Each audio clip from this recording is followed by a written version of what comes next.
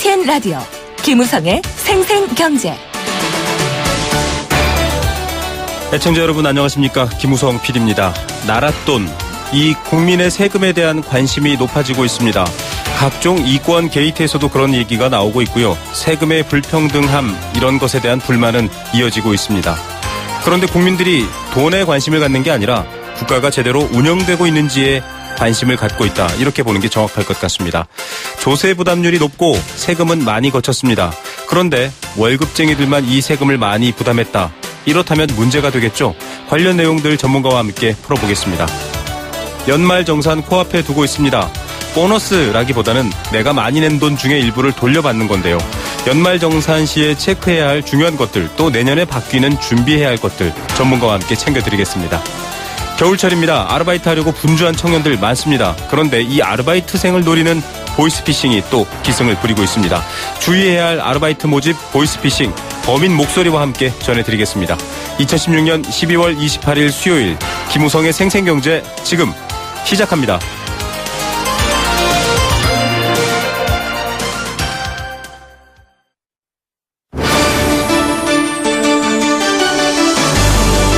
YTN 라디오 김우성의 생생경제.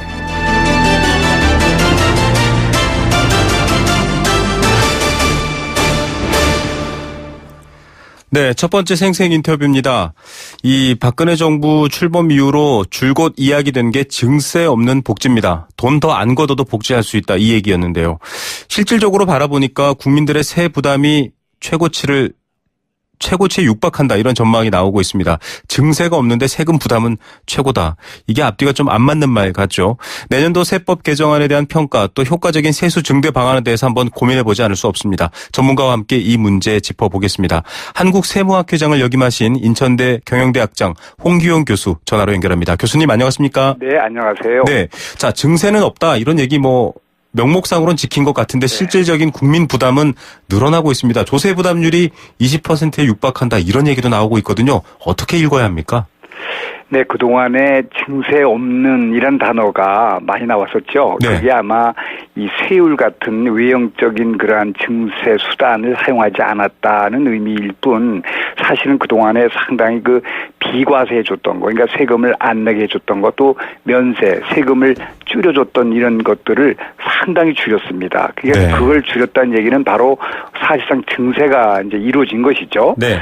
그러다 보니 그 박근혜 정부에 들어와서 증세 없는 복지 이런 단어가 있었습니다만, 사실상 세금이 많이 이제 늘어나서 지금 거의 19.5%, 이걸로 치면은 대략 10년 전 2000 기록에 의하면 2006년 이후 10년 이후에 가장 높은 수치로 나타난다, 이렇게 볼 수가 있습니다. 물론 2007년도에 일시적으로 19.6은 있었습니다만, 이렇게 높은 조세 부담률을 나타나게 됐습니다. 예. 자, 여러분이 100만 원을 벌면 19만 원 이상을 세금으로 낸다, 이런 말이 조세 부담률인데요.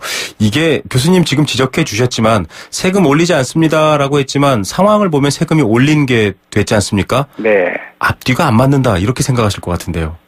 그렇죠. 그러니까 이제 증세를 하지 않았다고 그러는데 이게 부담이 올라간 것 아니겠습니까? 네네. 그래서 그동안에 이제 그 대표적인 게 어떤 것들 때문에 그랬냐 하면은, 현 정부는 이제 2013년에 이제 출범이 됐는데, 그 당시에 첫 해에 소득세 중에서, 근로소득세 중에서 의료비, 교육비, 보험료 같은 것을 소득공제에서 세액공제로 이렇게 변환하면서, 사실 이거는 세율을 올린 건 아닌데도 이 어떤 그 방식을 바꿈으로써 세금을 이제 늘리게 되는 그런 것이 있었고, 법인세의 경우에는 그 대기업이나 중소기업, 특히 대기업을 중심으로 했습니다만, 이 각종 비과세 감면을 없앰으로 그걸 이제 줄이게 됨으로써 증세가 이루어져서 실제로는 세금이 엄청 이제 늘어나는데, 이것이 조세 부담률이 19.5%라는 것은 얼마 정도 되느냐?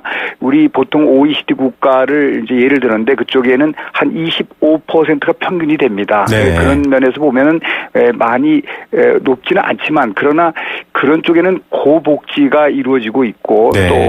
또 우리나라는 낮지만 뭐냐면 급속하게 세수 증가가 되고 있다는 것이죠. 네. 그래서 속도 면에서 이게 문제가 있을 수 있다는 얘기입니다. 예. 지금 뭐 추경 때보다 세수가 늘었다. 오늘 이 기재부 세제실장인 최영록 실장도 일시적이다 이렇게 지금 해명을 하고 있습니다만 세수가 많이 늘었거든요. 네. 뭐 어떻게 늘어나는 건지도 국민들이 좀 궁금해할 것 같습니다. 그래서 이번에 한번 이제 들여다봤더니 작년도의 수준을 가지고 해보았더니 대략 23조 원이 우리가 더 많이 거쳤다 이렇게 이제 나오는 것이거든요. 그래서 소득세 같은 경우 한 6조 정도, 법인세 7조 8천억, 부가세 6조 8천억 이렇게 해서 23조 원이 작년보다 이제 늘어났고 이것이 이제 물론 그 중간에 이제 추경을 해서 추경 기준으로 하면 한 8조 정도 되지만은 작년 기준으로는 그렇게 많이 이제 늘어나는 것이 돼서 세금이 이 소득세, 법인세, 부가세 각각 다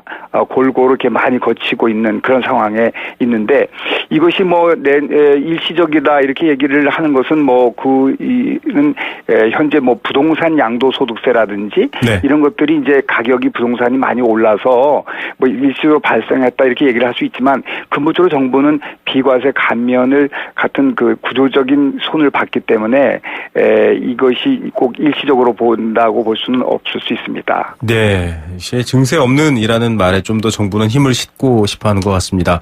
이 법인세가 사실 뜨거운 감자였지 않습니까? 이 연말 네. 예산안 처리와 이 국회에서도 결국 법인세는 손을 대지 않았습니다. 뭐 교수님 계속 지적해 주신 네. 것처럼 비과세를 좀 줄이겠다 이런 말만 계속 나오고 있는데 지금 법인세 이 이명박 정부 이전으로 원상복구해야 된다. 이건 뭐 김대중 정부, 노무현 정부도 법인세를 일정 부분 감면하긴 했습니다만 회복 얘기를 하는 이유는 그만큼 좀 기업들이 세금 부담을 좀 많이 져라 이 얘기인데요. 정부는 그렇게 하고 있다라고 지금 항변하고 있거든요. 어떻게 보십니까?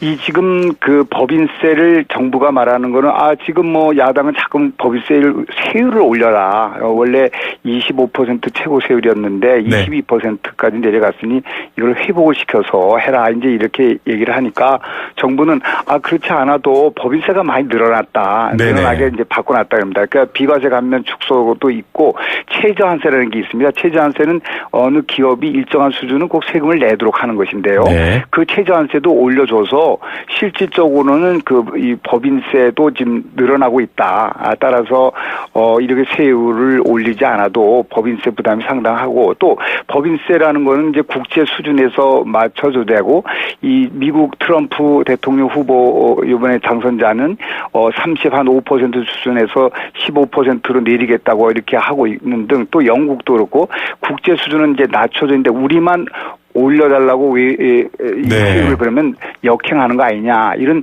반론을 지금 제기하고 있는 것입니다. 예, 세계적 추세를 얘기하고 있는데 사실 우리가 그 세계적 추세에 비해서는 아직 좀 낮다 이런 얘기도 학자들께서 지적해 주시는데요. 지금 세부담률이 최대긴 한데 조세부담률 방금도 얘기해 주셨지만 OECD라든지 다른 나라에 비해서는 좀 낮지 않습니까? 지금 요구되는 고령화라든지 이 복지재원에 대한 요구가 많은데 이대로 두거나 낮추는 게 맞을까요? 어떻게 보십니까, 교수님? 네, 이게 지금 조세 부담률로 보면은 지금 유럽 중심에서 또 OECD 중심의 평균에 보면 이제 낮은 게 사실입니다. 그러나 우리나라가 처한 사정이 고복지보다는 이제 그 복지가 좀 낮은 수준을 유지하고 있기 때문에 이 복지 수준이 어느 정도 될 것인가를 보면서 이 세금도 이 조세 부담률도 그걸 추이에 맞춰야 할 필요가 있습니다. 네. 무조건 조세 부담률을 이제 높이기만 하면 되는 것은 아니고요. 네네. 따라서 그러한 그 복지 정책과 조세 정책이 함께 맞물려 대하고 저출산 고령화 이런 것도 이제 특별히 고려해 줘야 되고 또 우리나라는 특별히 말이죠. 징병제라는 것도 있습니다. 네. 그래서 이것도 돈으로는 안 내지만은 우리가 이 징병제 의무 국방 의무 같은 거를 통해서도 세금을 내고 있는 겁니다. 그래서 네네. 이것을 단순히 유럽하고 조세 부담률만 가지고 비교하기는 뭐 이렇게 완벽하지는 않은 면이 있습니다. 예, 국가 전체 운영에 있어서 이걸 단지 뭐 액수 혹은 세율로만 비교할 수는 없다 이런 설명이신데요. 그렇습니다. 지금 많은 분들이 궁금해하시는 게 이제 조세 부담에 대한 말씀하신 것과 같은 여러 가지 부담, 뭐 사회적인 이 공감대 이런 것들이 중요한데 아직도 이른바 월급쟁이들, 이 소득생활자들과 이 법인세, 그러니까 회사들을 놓고 봤을 때 이거 월급쟁이들이 너무 불리한 거 아니냐, 더 적게 버는데 더 많이 부담하는 거 아니냐 이런 논란이 있거든요. 이 논란은 어떻게 정리해야 할까요? 네, 그렇습니다. 그건 항상 이제 논란이 있습니다. 그 근로소득자들은 이제 뭐 투명한 그 소득 때문에 세금이 완벽하게 이제 부과되고 있는 것입니다. 네. 그래서 임대소득이라든지 그다음에 이 주시 양도 차익 과세라든지 이런 것들은 아직 이루어지지 못한 면이 있습니다. 네. 그래서 이러한 그 자본과세적인 것과 근로소득과의 어떤 형평성을 좀 유지하는 것하고 물론 계속해서 거론되고 있습니다만 그 고소득 자영업자들에 대한 세원 노출이 제대로 되지 못한 부분에 대한 네. 이것을 이제 이 세원을 놓도록 할 수 있는 여러 가지 제도 방안 등을 통해서 우리가 근로소득자와의 균형을 맞추려고 노력을 해야 할 것입니다. 네, 지금 뭐 근로소득자와의 균형을 맞춰야 된다라고 교수님께서 말씀해 주신 부분을 지켜보면 지금 세수 부담, 이 조세 부담률이 늘어도 결국은 아직은 월급쟁이들, 유리지갑들이 조금은 더 불리한 상황이었다. 이렇게 또 역으로 해석해 볼 수도 있는 걸까요?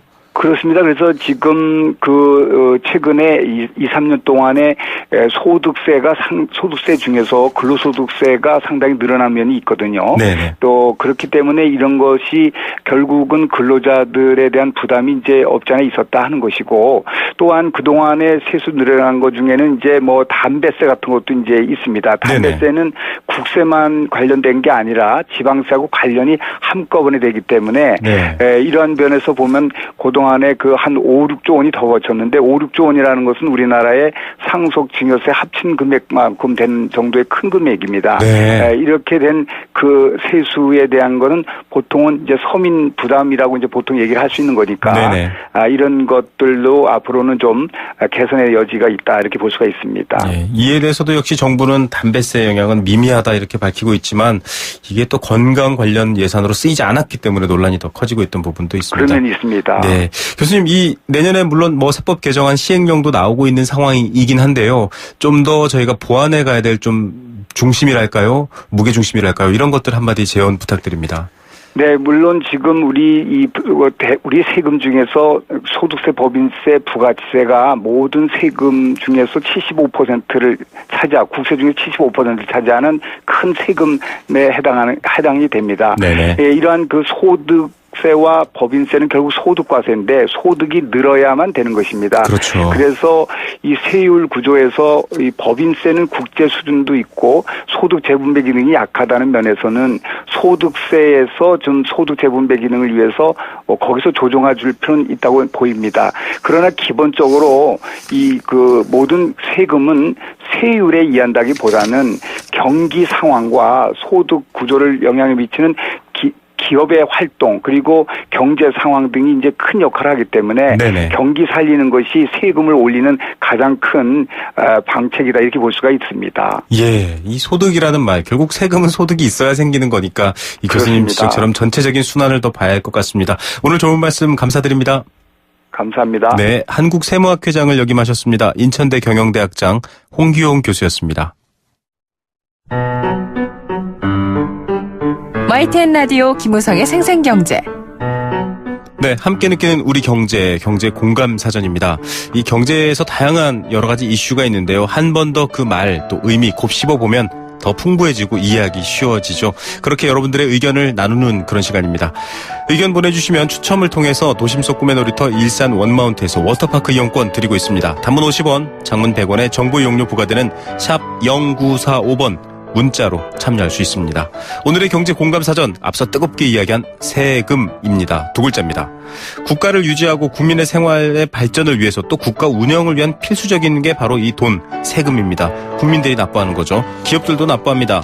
국민들은 벌어들일 때 소득뿐만 아니라 물건을 구입할 때도 간접세라는 명목으로 세금을 내고 있습니다. 앞서 담배세 이야기 나왔죠.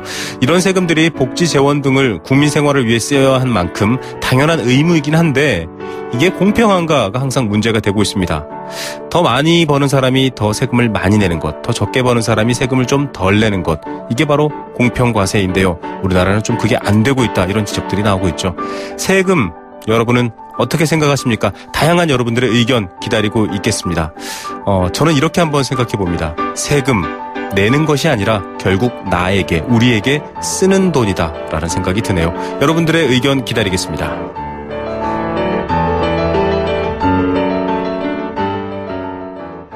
네, 생생경제 1부는 포스코 1683년 300년 커피 문화와 전통이 있는 비엔나 커피하우스와 함께했습니다. 자유롭게 문자 의견 많이 주시고요. 캠페인 2개 보내드리고 경제 톱뉴스로 바로 돌아오겠습니다.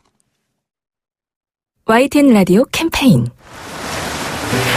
물 없는 한라산, 물 없는 제주 바다를 상상할 수 있나요? 제주의 아름다운 자연과 풍경은 깨끗하고 건강한 물이 있기에 가능합니다. 제주를 아름답게 만들어주는 건강한 물은 우리의 몸과 마음도 아름답게 만들어줍니다. 건강한 몸과 마음을 지키는 일, 아름다운 물을 사랑하고 지키는 일에서부터 시작됩니다. YTN 라디오 아름다운 물 캠페인은 광동제약과 제주특별자치도 개발공사와 함께합니다. 김민아 씨, 한 해 전기 사고가 얼마나 일어나는 줄 아세요? 네, 전기화재는 1년에 약 8,000건, 감전사고도 500여 건이나 일어난다고. 맞습니다. 그래서 생활 속에서 전기 안전을 실천하는 노력이 중요한 거죠. 콘센트에 꽂는 플러그는 최소한으로 줄이고 빈 곳은 안전막이로 덮어두고 외출할 때는 플러그를 빼두고 한 달에 한 번 누전 차단기 확인도 잊어서는 안 되겠죠. 그뿐인가요? 냉난방기기는 너무 오래 켜두지 말고 가끔은 뒤에 쌓인 먼지도 깨끗이 닦아주어야죠. 안전은 아는 것보다 지키는 것이 중요합니다. 올바른 전기 사용 습관, 지키는 만큼 안전해집니다. 이 캠페인은 산업통상자원부와 한국전기안전공사가 함께합니다.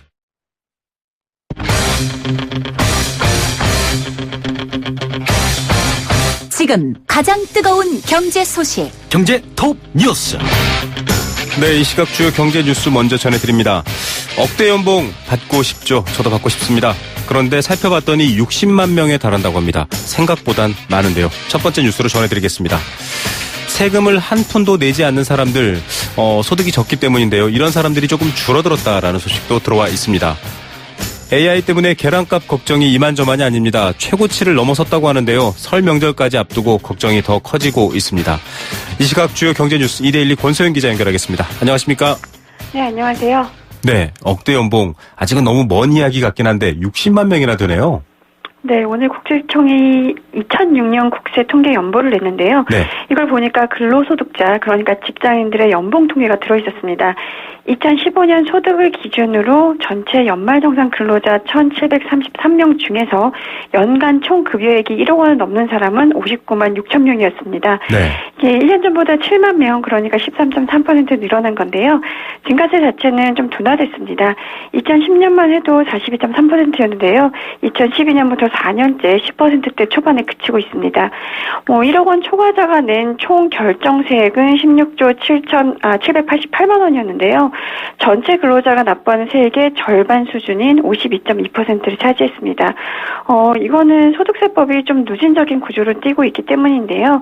2013년 세법 개정으로 과세표준 구간이 1,200만 원 이하에서는 6%의 소득세율을 적용받고 있고 4,600만 원에서 8,800만 원 사이에서는 24%, 그리고 1억 5천만 원 초과분에 대해서는 38% 세율이 적용되거든요. 네. 그런데 그 전까지만 해도 3억 원 이상에만 38%를 적용했는데 이 과표 구간 자체를 내리면서 고소득자에 대한 세율을 높인 겁니다.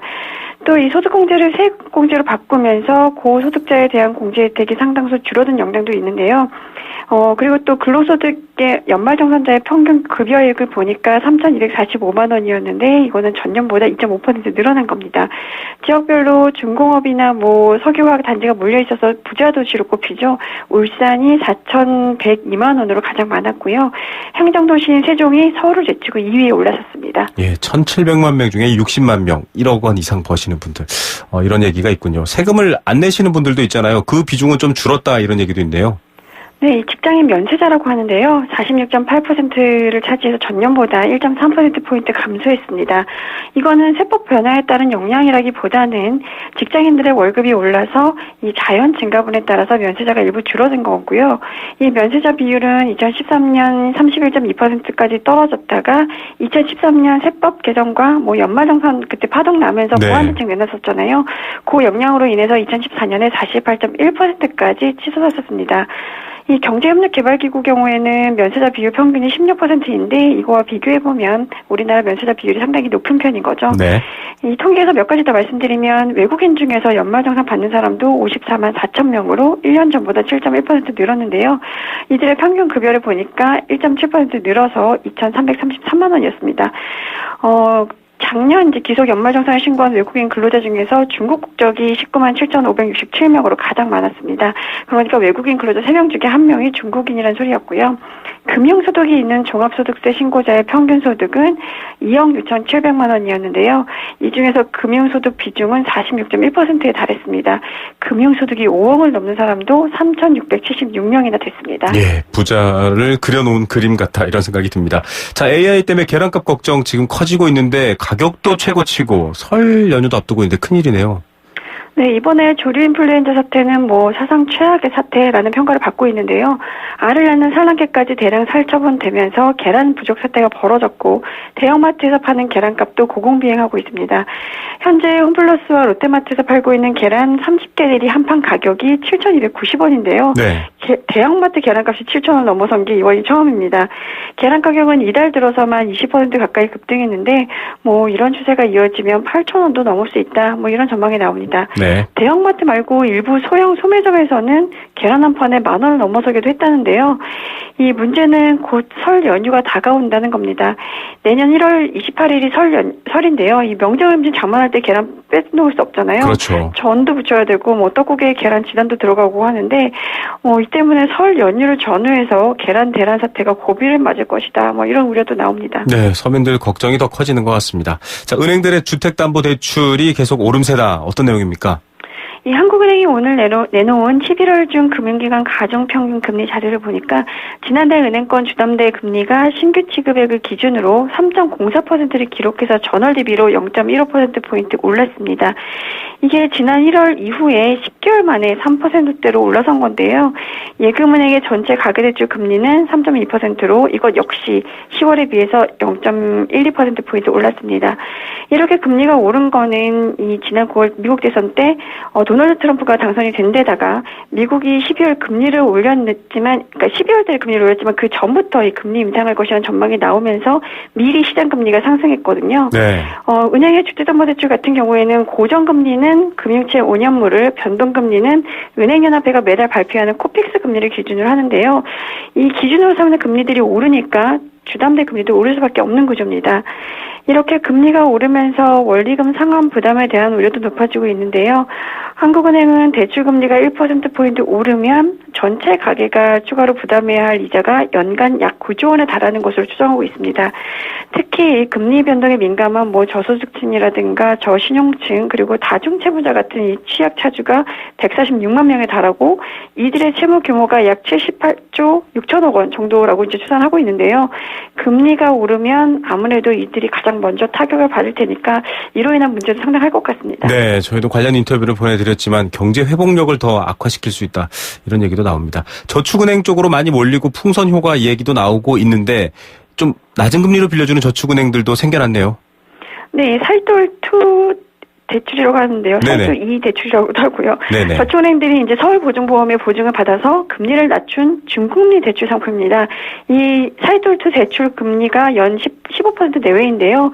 사실 은행 금리에 비해서는 상당히 높지만 은행을 이용하지 못하는 저신용자들이 저축은행을 비롯한 제2금융권에서 받을 수 있는 금리치고는 좀 싼 겁니다. 네. 이 대출이 지난 9월 6일에 선보였는데요. 이달 23일까지 대략 한 3개월간 취급액이 1,100억 원을 넘어섰습니다. 대출 건수는 14,000건이 육박했는데요. 출시 첫 달인 9월에는 일평균 취급액이 11억 1천만 원 수준이었는데 이달에는 21억 5천만 원으로 늘었습니다. 이 대출이 기존 고금리 대출 대상 고객에게 중금리를 빌릴 수 있는 기회를 제공해서 고객 입장에서는 금융 부담을 좀 완화하고 또 중금리 대출 활성화 기여하고 있다 이런 평가를 받고 있긴 한데요. 네네. 지금 이 대출을 받으려면 30개 저축은행에 가야 되는데 다음 달부터는 8개 저축은행이 추가로 취급할 예정이고요. 기존 고금리 개인 신용대출을 이용하는 고객이 사이트로트 대출로 전환할 수 있도록 대환 상품도 내놓기로 했습니다. 네, 풍선 크기는 줄어들지 않고 이 부채 크기는 줄어들지 않으니까 자꾸 다른 곳으로 가는데 좀 안전한 금융 많이 쓰셨으면 좋겠네요. 오늘의 톱뉴스 어떤 것 고르시겠습니까?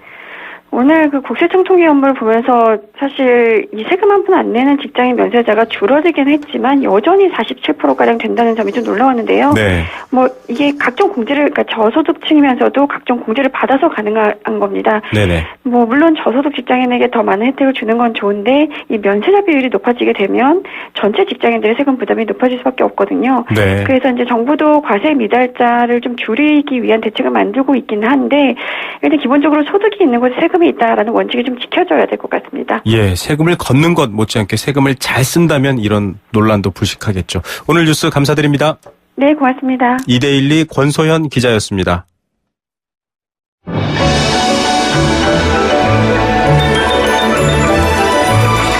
오늘의 경제를 들여다보는 시원한 창.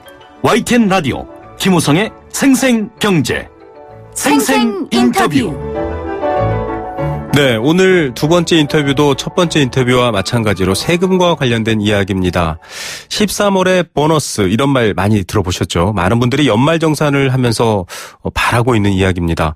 올해 연말정산을 앞두고 챙겨야 할 것들, 또 내년 이 연말정산 혹은 소득세 관련해서 법의 개정에 따라서 준비하고 체크해야 할 것들 한 번 더 점검해드리는 시간 마련했는데요. 생각해보니까 이 13월의 보너스라고 말하는 이 돈, 과연 보너스일까요? 사실 내가 낸 돈 많이 걷어서 돌려주는 겁니다.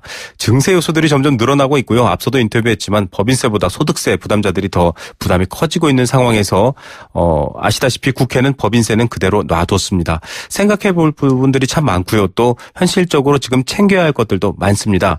연말정산과 세금을 둘러싼 이야기 한국납세자연맹 김선택 회장 전화로 연결해서 얘기 들어보겠습니다. 회장님 안녕하십니까? 예, 안녕하십니까? 네, 이제 본격적인 연말정산 시즌으로 향하고 있습니다. 꼼꼼하게 이 한 해에 씀씀이 챙겨서 13월에 세금 폭탄 말고 보너스 정말 받아야 되는데 좀 중요하게 챙겨야 할 것들이 많이 있더라고요. 말씀 좀 부탁드리겠습니다. 근로소득자들이 가장 많이 놓치는 항목이 부양가족 중에서 이제 암이나 치매 등 중증 장애인이 있는 경우에 네네. 우리가 장애인 복지법상의 장애인이 아니더라도 세법상 장애인에 해당됩니다. 아, 그래서 네. 이제 병원에서 장애인 증명서를 발급받아 제출하면은 장애인 공제를 받을 수 있습니다. 네. 그리고 60세 미만 부모님 같은 경우는 기본 공제는 안 되지만은 소득이 없다면 어록이라든지 신용카드 공제가 가능합니다. 그리고 맞벌이 부부 같은 경우에는 일반적으로 연봉이 높은 쪽으로 소득 공제를 몰아라 이렇게 돼 있는데 네네. 맞벌이 부부 같은 경우에 전체적으로 부부 양쪽의 결정색을 이제 낮추는 것이 중요합니다. 그래서 연봉이 높은 쪽으로 모는 경우도 좋을 수도 있고 적절히 나누어야 또 좋을 수도 있기 때문에 네. 개인이 이런 것을 사실상 의사결정하기는 거의 불가능합니다. 네. 한국납세연맹에서는 이제 맞벌이 부부 절세 계산기로 프로그램으로 네네. 가장 최적의 어떤 조합값을 찾아주는 것을 서비스를 하고 있습니다. 예. 그걸 이용하시면 좀 도움이 될 것 같고, 그리고 형제 자매 같은 공제 같은 경우에는 다른 부모님이라든지 뭐 자녀라든지 이런 분은 이제 따로 살아도 되지만은 형제 자매만 주민등록에 같이 살아야 됩니다. 네. 그리고 12월 달 안으로 주민등록을 옮겨야만이 예를 들면은 동생이라든지 처남 처제 이런 공제를 받을 수 있습니다. 네. 이거 유의하셔야 되고, 그리고 간소화 시스템이 제공되지 않는 것들이 많이 있기 때문에 네네. 미리미리 좀 챙기시면 좋겠다는 거. 그 대표적인 예가 보청기라든지 휠체어 구입 비용, 안경 구입 비용이라든지 중교생 교복 구입비, 취약증 학원비들, 종교단체 기부금은 간소화 시스템에서 제공이 안 됩니다. 네네. 그래서 미리미리 챙기시는 것이 좋습니다. 예, 미리 챙겨야 할 것들, 변한 것들. 이건 저도 몰랐던 사실인데요. 중증 환자, 그러니까 암, 여러 가지 이 중증 질환을 앓고 계신 분도 장애인으로 공제를 받을 수 있군요. 네. 이런 부분들 한 번 더 확인해 주셨습니다. 이 가처분 소득이라고 해서 이제 쓸 수 있는 돈의 여력이 점점 부족합니다. 이 대출도 많고 지금 돈 자체가 없어서 카드로 많이 사용하시거든요. 여러 가지 전기세부터 시작해서 많이 쓰시는데 이 카드 공제를 보니까 중복이 되는 것들도 있고 안 되는 것들도 있고 좀 차이가 있네요. 예, 그렇습니다. 신용카드로 의료비나 이제 학원비, 교복 구입비를 우리가 결제를 하게 되면은 네네. 이중 공제가 가능합니다. 신용카드 공제도 가능하고 교육비 공제도 가능하고 가능하지만 신용카드로 보험료를 결제하는 경우에는 이중 공제가 안 됩니다. 네. 그리고 네, 보험료는 해당이 안 되고, 예. 예, 그렇습니다. 그리고 그 맞벌이 부부 같은 경우에는 한쪽 배우자가 퇴직을 한 경우에는 퇴직 이후에는 그 재직 중에 신용카드를 쓰시는 것이 재테크에 유리한 측면이 있습니다. 아, 네. 이분도 좀 이렇게 잘 알아주시면 좋습니다. 예. 자, 이런 것도 사실 굉장히 좀 복잡해서 하시는 분들도 많을 것 같습니다. 앞서 말씀하신 맞벌이 부부도 그렇고요. 이 납세자 연방에서 이 계산기, 이 연말정산 또 세금 계산기 서비스 무료죠? 대회장님. 예, 그렇습니다. 예. 올해 특히 1일부터 새롭게 서비스되는 거가 있는데 연봉만 입력하면은 네. 자기의 어떤 연말정산 근로소득자가 1,600만 명 정도 됩니다. 네네. 1,600만 명 중에서 자기가 연봉 순위를 정확하게 계산해주고 그리고 네네. 연봉에 맞는 재테크 전략, 연말정산 재테크 전략까지 같이 제공하는 프로그램을 개발해서 1일부터 서비스할 예정입니다. 예, 또 이 국가에서 하는 간소화 서비스 외에 또 이런 각종 또 시민단체에서 제공하는 것들이 있으니까요. 꼼꼼히 따져서 여러분들 가급적 또 알뜰한 생활 되시면 좋을 것 같습니다. 이 세법 개정안 시행령이 발표되지 않았습니까? 지금 이거 관련해서도 또 얘기가 많이 있긴 한데 이 연말정산이나 소득 생활자들, 이 급여 생활자분들 특히 관련해서 2017년에 좀 바뀌는 것들 미리 염두에 두시면 이번에 연말정산 앞에서 좀 도움이 될 것 같습니다. 좀 바뀌는 것들이 있나요?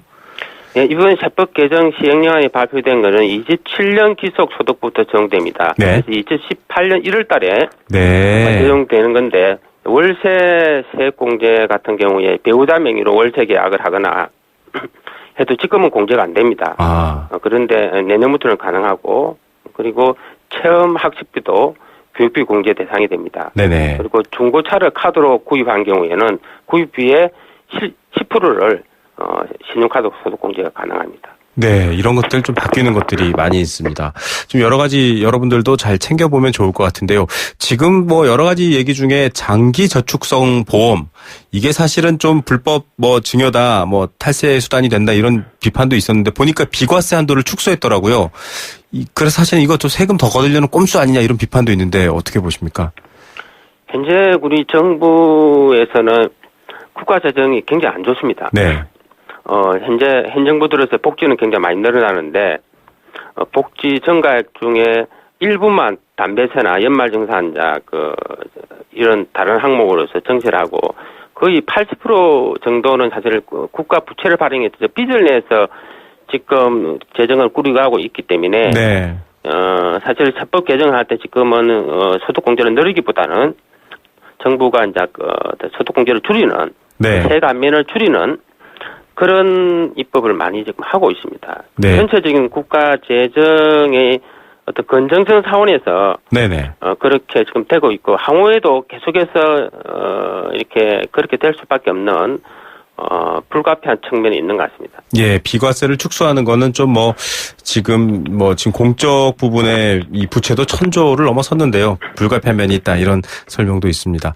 자, 이쯤 증세라는 게 사실은 세금을 더 내는 게 그만큼 혜택이 있다면 이런 논란이 없을 텐데 지금 그런 논란도 있는데요. 앞서 시작하면서도 말씀드렸지만 아니 이거 내가 낸 돈 돌려받는 건데 왜 13월에 보너스냐 이런 얘기하는 분들도 많이 있거든요. 유리지갑들 세금 잔뜩 올려서 결국 돌려주는 거 아니냐 이렇게 보던데요.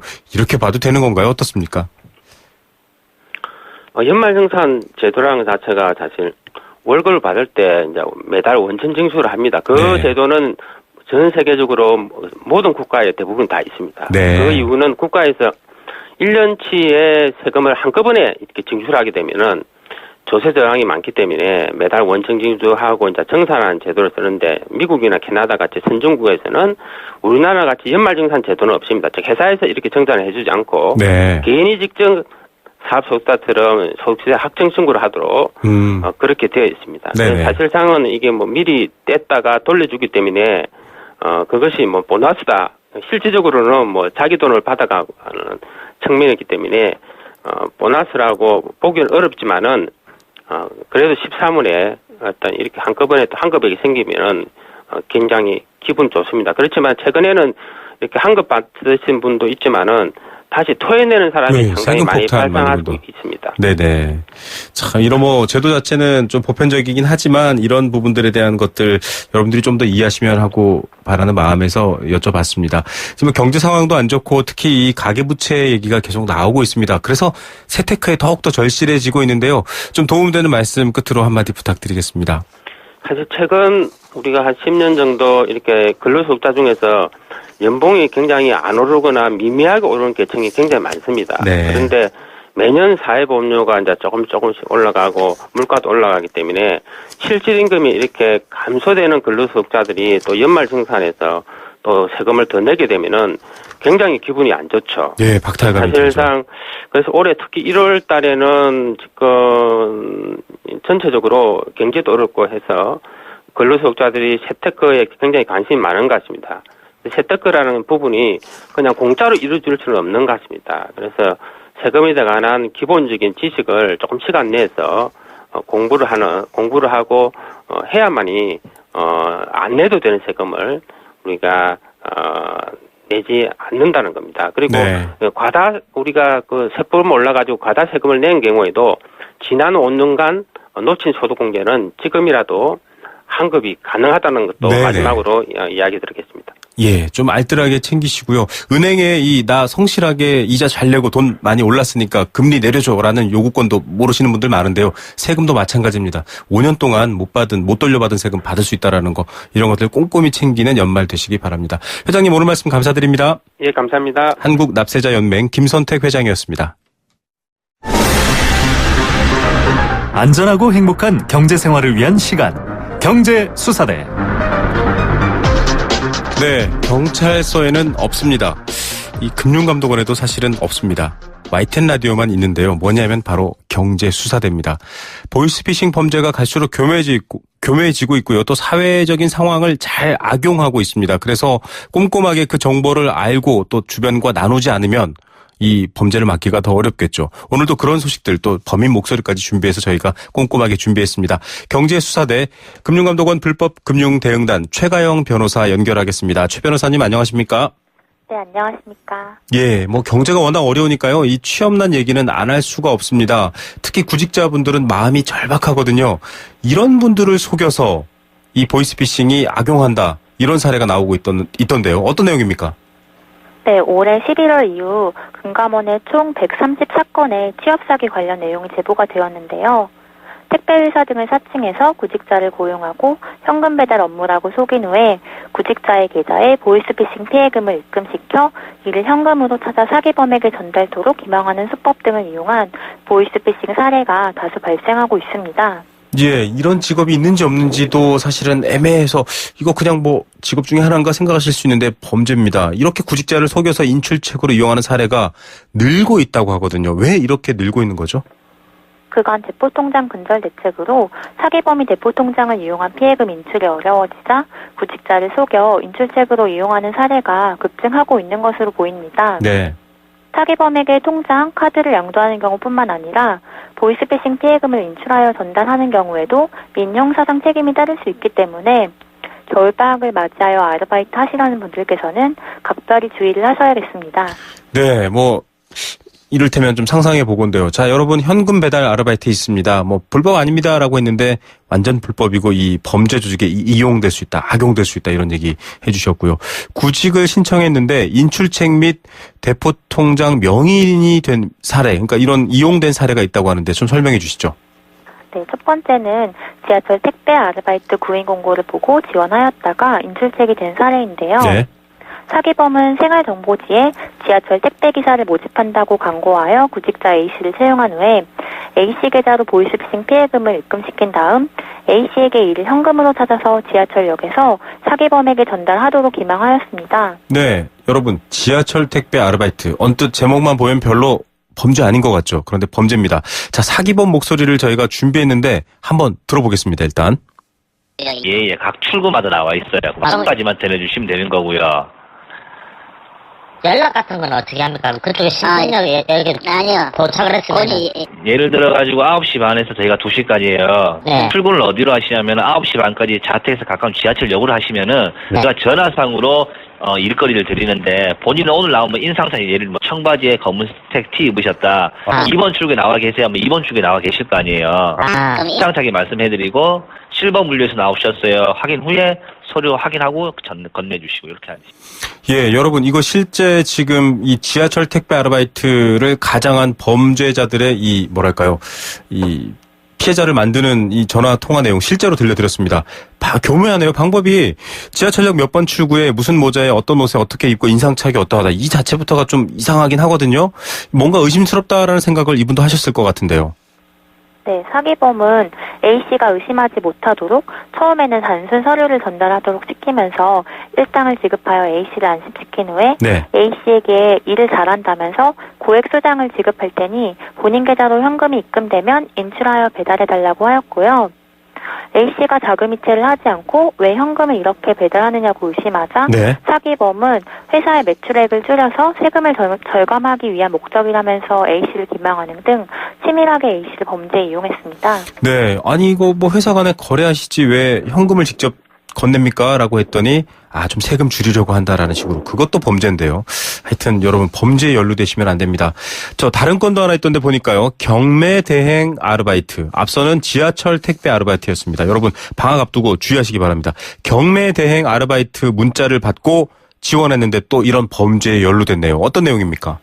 네, 사기범은 경매 대행 업체를 사칭해서 아르바이트를 모집한다며 구직자 B씨를 채용하였고요.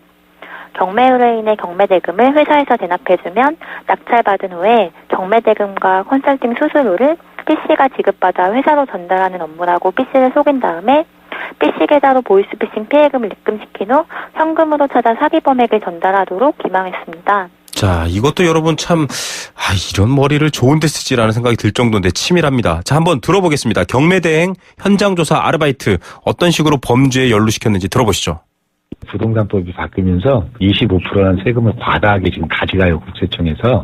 낙찰이 되면 고객님들한테 양해를 구해요. 컨설팅 비용을 받잖아요. 네. 그거를 회사가 어렵다고 말씀을 드려요. 네. 현찰 거래도 돼요. 그러면 어떻게 받냐? 이제 일산 동구 담당자가, 그러면 일산 쪽에 이제 본인이 낙찰시킨 게 있으면 담당자 앞으로 좀 넣어주라 그래요, 저희가. 그래서 이력서를 받는 거고, 도주할 우려성이 없고, 이런 사람들만 저희가 채용을 하죠. 그럼 본인이 찾으셔가지고 3% 띄시고, 네. 1,000만 원이다, 30만 원 띄시고 회사로 보내주면 되는 거예요. 자, 이거 정말 이렇게 속아 넘어가면 안 될 것 같습니다. 이 피해자의 목소리가 들리는데 참 안타까운 마음도 드는데 어떤 내용입니까?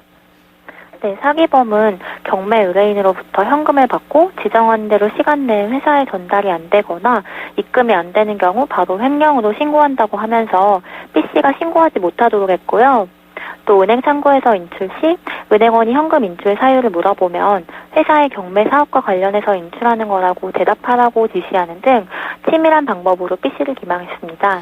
예, 이 지금 방학 앞두고 아르바이트 찾는 분들, 뭐 어린 분들뿐만 아니라 요즘 나이 드신 분들도 아르바이트 많이 찾고 있는데 이런 나쁜 범죄를 연루시키는 정말 여러분 주의하셔야 될 것 같습니다. 자, 오픈마켓 쇼핑몰도 요즘 유행하고 있습니다. 어떻게든 알뜰하게 하려고 하는데 이것 역시 대포통장 명의인으로 둔갑된 사례가 있었네요. 네, 사기범은 구직 사이트의 인터넷 쇼핑몰 자금 관리를 담당하는 아르바이트를 모집한다고 광고해서 구직자 H씨를 채용하였습니다. 사기범은 H씨 계좌에 판매 대금이 입금되면 회사가 지정한 계좌로 이체하는 업무라고 H씨를 기망해서 H씨 계좌로 보이스피싱 피해금을 입금시킨 후 사기범이 확보한 여러 개의 대포통장으로 자금을 이체하도록 했습니다. 예, 이 회사가 하는 일을 이 채용한다는 목적으로 좀 같이 해라, 뭐 계좌를 찾아라, 이런 돈을 현금으로 옮겨라, 여러분들 무조건 의심해 봐야 될 것 같고요. 이 계좌를 막고 전화를 막고 이런 식으로 예방을 했더니 이제 이런 식으로 또 다른 루트를 개발해서 악용하고 있는 이 범죄 조직입니다. 금융감독원의 당부 말씀 한마디 부탁드립니다. 네, 어떤 경우에도 출처가 불분명한 자금을 본인의 통장을 이용해서 송금하거나 현금으로 찾아서 전달해서는 안 됩니다. 구직자분들께서는 인터넷 구직 사이트, 생활정보지 등을 통해서 구직을 하시는 경우 정상 업체가 맞는지를 직접 방문 등을 통해서 꼼꼼히 따져보시기 바랍니다. 또한 본인의 계좌에서 자금을 대신 인출해준 사람도 민형사상 책임을 지게 될 수 있고 대포통장 명의인으로 등록되면 각종 금융거래 제한으로 정상적인 사회생활이 곤란해질 수 있으니까 각별히 유의하시기 바랍니다. 네, 조심한다면 또 괜찮을 겁니다. 항상 의심하시기 바랍니다. 아르바이트조차도 이런 보이스피싱 범죄의 희생양이 될 수 있습니다. 여러분 꼭 조심하십시오. 오늘 말씀 감사드립니다. 네, 감사합니다. 네, 금융감독원 불법금융대응단 최가영 변호사였습니다. 안녕하세요. 창업 컨설턴트 이랑주입니다. 제가 창업 꿀팁 하나 알려드릴게요. 바로 KT 성공팩. 매장에 필요한 인터넷, 와이파이, 카드 단말기, CCTV 등 전화 한 통이면 설치부터 AS까지 한 번에 가능하죠. 창업 필수품 KT 성공팩 1588-0114. 한가인입니다. 요즘은 1일 1팩도 하고 피부과도 많이 가니까 예전처럼 에센스 한 병에 큰 기대는 안 하는 것 같아요. 저만 그런가요? 에센스를 다시 믿어보자. 정관장 홍삼 오일과 홍삼 응축수로 진하게. 처음 만나는 응축 에센스. 동인비 진 에센스. 안녕하세요. 창업 컨설턴트 이랑주입니다. 제가 창업 꿀팁 하나 알려드릴게요. 바로 KT 성공팩. 매장에 필요한 인터넷, 와이파이, 카드 단말기, CCTV 등 전화 한 통이면 설치부터 AS까지 한 번에 가능하죠. 창업 필수품 KT 성공팩 1588-0114. 네, 생생경제 포스코 1683년 300년 역사의 비엔나 커피하우스와 함께 했습니다. 오늘 사연 많이 주셨는데요. 이행시 참 인상적입니다. 세금 내기 아까워서 금연 할랍니다. 예, 정말 강력하시네요. 원마운트 선물은 5505님께 드리겠습니다. 세금 국민을 위해서 쓰면 좋은데 꼭 역대부터 부정부패해서 속상합니다. 예, 다시는 그러지 말기 바랍니다. 8012님도 늘 함께 들어주셔서 감사합니다. 내일 찾아뵙겠습니다. 김우성의 생생경제였습니다.